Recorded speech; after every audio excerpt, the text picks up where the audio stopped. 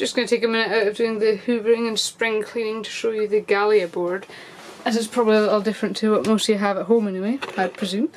We've got the sink here, we've got two taps, we've got the freshwater tap here, which comes pumped from the tank which is in the bow. Got a 47 litre tank, and we've also got some more in the aft. And then we've also got the saltwater tap here, which goes through the sea coke, and we've got the pump for it there, foot pump.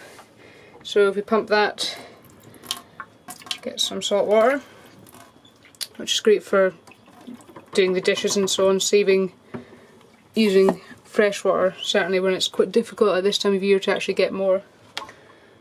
And then this closes, so the sink doesn't, you can still use it as a surface, which is great. Got the fridge over here. I'll just put the camera down to show you that.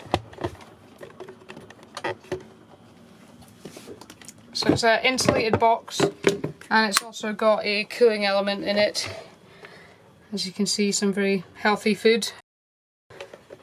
Got Ina keeping an eye over there.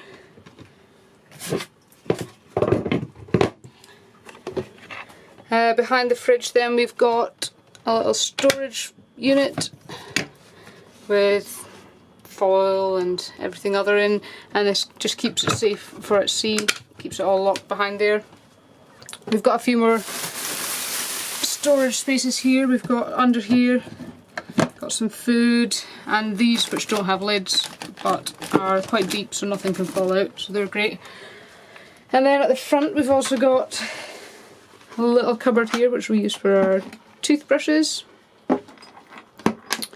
We've got the chopping board, and below the chopping board we have the plates and cutlery, quite a deep little cupboard there.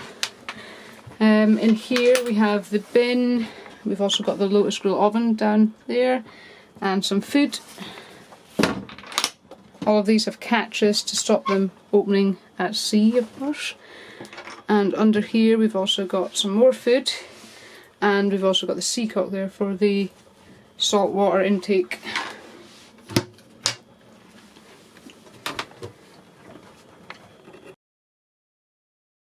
Behind Ina we actually have a alcohol stove, which we actually haven't really used at all this trip. The Lotus Grill while we're aboard, and the Everdure cube for barbecuing ashore has been really great, meaning we honestly haven't needed to use the stove.